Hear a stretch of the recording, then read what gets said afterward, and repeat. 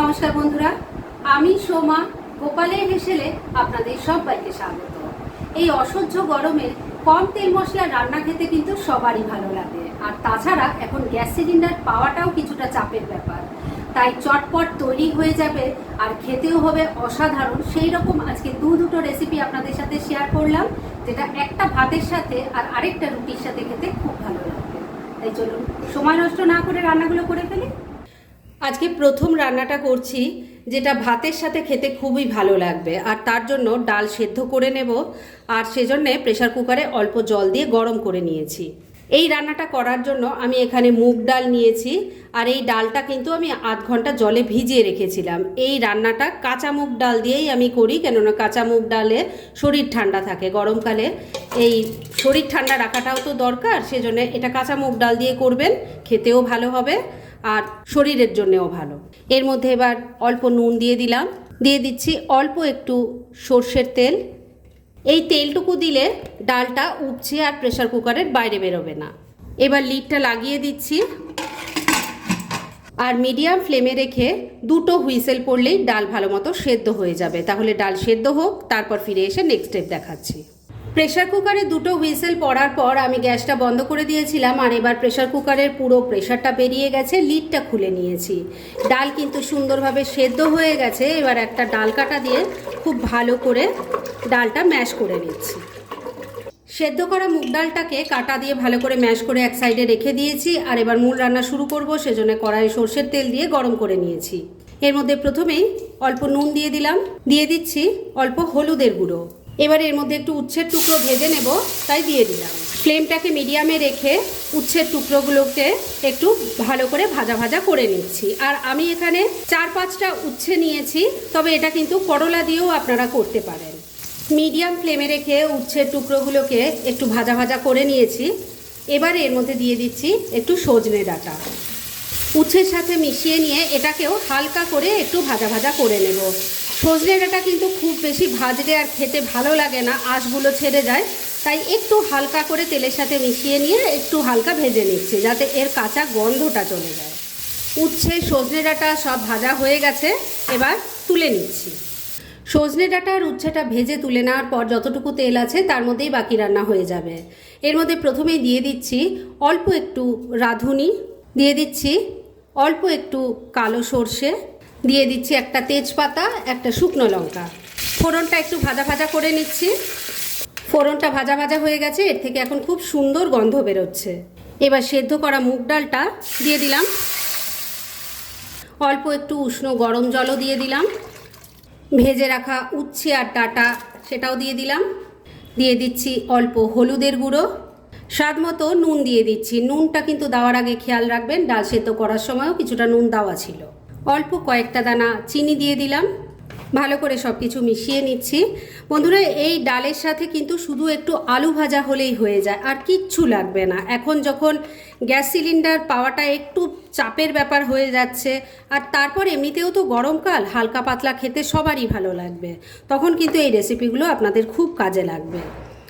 আর মনে করবেন না যে এই রান্নাটা হয়ে গেল, কেননা এই রান্নায় শেষ পর্যায়ে একটা ছোট্ট টুইস্ট দিতে হবে, যাতে এই সাধারণ রান্নার টেস্ট অসাধারণ হয়ে যাবে। যাই হোক, সব কিছু খুব ভালো করে মিশিয়ে নিয়েছি। এবার ফ্লেমটাকে লো আর মিডিয়ামের মাঝামাঝি রেখে 3-4 মিনিট ডালটাকে ফুটিয়ে নিচ্ছি। মিনিট 3 রান্নাটা হয়ে গেছে। ডালটা দেখুন এখন অনেকটাই ঘন হয়ে গেছে। আর এবার কিন্তু এর মধ্যে একটা যে লাস্ট ফিনিশিং টুইস্ট দেব বলেছিলাম, সেই মশলাটাই এর মধ্যে অ্যাড করব। কি কি দিয়ে মশলাটা তৈরি করছি সেটা আগে দেখিয়ে দিই। এখানে নিয়েছি 1 চামচ রাঁধুনি, আর ছোট ছোট 2 টুকরো আদা আছে, একসাথেই আমি বেটে নিচ্ছি। মশলাটা দেখুন বাটা হয়ে গেছে। এবার এই মশলাটা এর মধ্যে অ্যাড করে দিলাম, ভালো করে মিশিয়ে নিচ্ছি। এই একটা ছোট্ট মশলা শেষ পর্যায়ে এর মধ্যে অ্যাড করলে এর স্বাদ কিন্তু বহু গুণ বেড়ে যায়। সব কিছু খুব ভালো করে মেশানো হয়ে গেছে। এবার ফ্লেমটাকে মিডিয়ামে রেখেছি। এই ফ্লেমে মিনিট খানেক আবারও রান্নাটা করে নিচ্ছি। মিনিট খানেক আবারও রান্নাটা হয়ে গেছে। এবার শেষ পর্যায়ে এর মধ্যে অল্প একটু ঘি দিয়ে দিলাম, ভালো করে মিশিয়ে নিচ্ছি।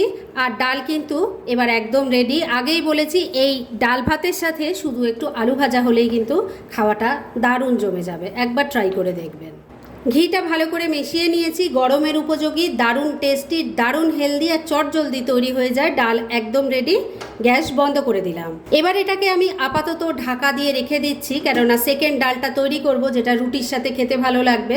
সেই ডাল তৈরি করে নিই, তারপর দুটো একসাথে সার্ভ করে দেখাবো। ফার্স্টের রান্নাটা তো হয়ে গেছে, এবার সেকেন্ড রান্নাটা করছি। তার জন্য প্রেশার কুকারে আবারও অল্প জল নিয়ে গরম করে নিয়েছি। এর মধ্যে এবার ডাল দিয়ে দেব, সেটা হলো অড়হর ডাল। এই ডালটা এখানে বড় কাপের 1 কাপ আছে, আর এটাকেও আমি আধ ঘন্টা জলে ভিজিয়ে রেখেছিলাম। এর মধ্যে স্বাদ মতো নুন দিয়ে দিলাম, অল্প একটু তেল দিয়ে দিলাম। এবার লিডটা লাগিয়ে দিচ্ছি, আর মিডিয়াম ফ্লেমে 2টো হুইসেল পড়লে কিন্তু অড়হর ডালটা ভালো মতো সেদ্ধ হয়ে যাবে। তাহলে ডাল সেদ্ধ হোক, তারপর ফিরে আসছি।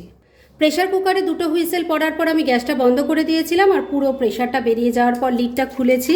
এবার ডালটা তো ভালো মতো সেদ্ধ হয়ে গেছে। এবার ডালটাকে ডাল কাটা দিয়ে ভালো করে ম্যাশ করে নিচ্ছি। সেদ্ধ করা অড়হর ডালটা কাটা দিয়ে ভালো করে ম্যাশ করে নিয়েছি। আর এবার এই রান্নার একটা মশলা বানাবো, সেজন্য কড়াই বসিয়ে গরম করে নিয়েছি। এর মধ্যে প্রথমেই 1 চামচ গোটা জিরে, সাদা জিরে দিয়ে দিলাম। ফ্লেমটাকে একদম কমে রেখে এই জিরেটাকে ড্রাই রোস্ট করে নিচ্ছি। জিরেটা ড্রাই রোস্ট হয়ে গেছে, আমি গ্যাসটা বন্ধ করে দিয়েছি। এবার এটাকে নামিয়ে নিচ্ছি, ঠান্ডা হলে গুঁড়ো করে নেব। ড্রাই রোস্ট করা মশলাটা নামিয়ে রেখে দিয়েছি, আগেই বলেছি ওটা ঠান্ডা হলে গুঁড়ো করে নেব। আর এবার মূল রান্না শুরু করছি, সেজন্য কড়াইয়ে অল্প সর্ষের তেল দিয়ে গরম করে নিয়েছি। এর মধ্যে প্রথমেই দিয়ে দিলাম অল্প একটু মৌরি, এর সাথেই যাচ্ছে একটা তেজপাতা, একটা শুকনো লঙ্কা। ফোড়নটা একটু ভাজা ভাজা করে নিচ্ছি। ফোড়নটা ভাজা ভাজা হয়ে গেছে। এবার এর মধ্যে দিয়ে দেব পেঁপের টুকরো। পেঁপেগুলোকে দেখুন আমি একদম পাতলা পাতলা করে কেটে নিয়েছি। এই পেঁপের টুকরো দিয়ে দিলাম। ফোড়নটার সাথে মিশিয়ে নিয়ে একটু হালকা ভাজা ভাজা করে নিচ্ছি। একটু হালকা ভেজে নিলে পেঁপের যে একটা কাঁচা গন্ধ থাকে সেটা চলে যায়, আর খেতেও ভালো লাগবে। আর বন্ধুরা, এই ডালটার সাথে ভাত খেতেও পারেন, তবে আমার মনে হয় রুটিটা বেশি ভালো লাগে খেতে। একবার ট্রাই করে দেখতে পারেন। পেঁপের টুকরোগুলো হালকা করে ভাজা ভাজা করে নিয়েছি। এবার এর মধ্যে দিয়ে দিচ্ছি আদা কাঁচা লঙ্কা বাটা, দিয়ে দিচ্ছি স্বাদ মতো নুন, তবে নুন দেওয়ার আগে খেয়াল রাখবেন ডালেও কিন্তু নুন দেওয়া আছে। দিয়ে দিচ্ছি অল্প হলুদের গুঁড়ো, অল্প কয়েকটা দানা চিনি দিয়ে দিলাম। এবার সব কিছু ভালো করে মিশিয়ে নিচ্ছি। মশলার সাথে সবজিটাকে ভালো করে মিশিয়ে নিয়েছি। আর বন্ধুরা, এখানে আরেকটা কথা বলে রাখি, এখানে আমি ডালটাতে শুধু পেঁপে দিয়ে করছি, তবে আপনারা কিন্তু চাইলে একটু গাজরের টুকরো এখানে দিতে পারেন, তাতেও খেতে খুব ভালো হয়। মিনিট 2 সময় নিয়ে সবজির সাথে মশলাটাকে ভালো করে কষিয়ে নিলাম। আর এখানে আরেকটা কথা বলে রাখি বন্ধুরা, আমি এই ডালটা শুধু পেঁপের টুকরো দিয়ে করছি, তবে আপনারা কিন্তু চাইলে পেঁপের সাথে একটু গাজরের টুকরোও দিতে পারেন। যাই হোক, এবার সেদ্ধ করা অড়হর ডালটা দিয়ে দিলাম। এর সাথেই একটু উষ্ণ গরম জলও দিয়ে দিলাম। ভালো করে সব কিছু মিশিয়ে নিচ্ছি। সব কিছু খুব ভালো করে মেশানো হয়ে গেছে। এবার 2টো গোটা কাঁচা লঙ্কা দিয়ে দিলাম, গন্ধটা ভালো হবে সেজন্যই দিয়েছি। এবার এই ডালটাকে ভালো করে ফুটিয়ে নিতে হবে। ডাল যত ফুটবে ততই তার টেস্ট বাড়বে, আর ডাল যখন ফুটবে তার সাথে কিন্তু পেঁপেটাও ভালো মতো সেদ্ধ হয়ে যাবে। যদিও পেঁপেগুলো একদম পাতলা পাতলা কাটা আছে, তবুও সেদ্ধ তো হতে হবে।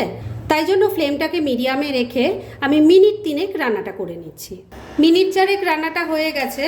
আমি দেখে নিয়েছি পেঁপে ভালো মতো সেদ্ধ হয়ে গেছে, তবে আপনাদেরও একবার দেখিয়ে দিই। খুব সুন্দরভাবে দেখলেনই তো পেঁপে ভালো মতো সেদ্ধ হয়ে গেছে। তার মানে রান্না কিন্তু মোটামুটি রেডি হয়ে এসছে। এবার শুধু শেষ পর্যায়ে এর মধ্যে দিয়ে দেব ড্রাই রোস্ট করা যে গোটা জিরেটা নিয়েছিলাম, সেটা গুঁড়ো করে নিয়েছি, সেটা দিয়ে দিলাম। এর সাথেই দিয়ে দিচ্ছি অল্প একটু ঘি। ভালো করে মিশিয়ে নিচ্ছি। ড্রাই রোস্ট করা মশলা আর ঘিটা ভালো করে মিশিয়ে নিয়ে মিনিট খানেক আবারও রান্নাটা করে নিয়েছি। এবার এই ডাল রান্না একদম রেডি। গ্যাসটা বন্ধ করে দিলাম। এবার এটাকে মিনিট 2 জন্য স্ট্যান্ডিং টাইমে ঢাকা রেখে দিলাম, আর তারপর 2টো রেসিপি একসাথে সার্ভ করে আপনাদের দেখাচ্ছি।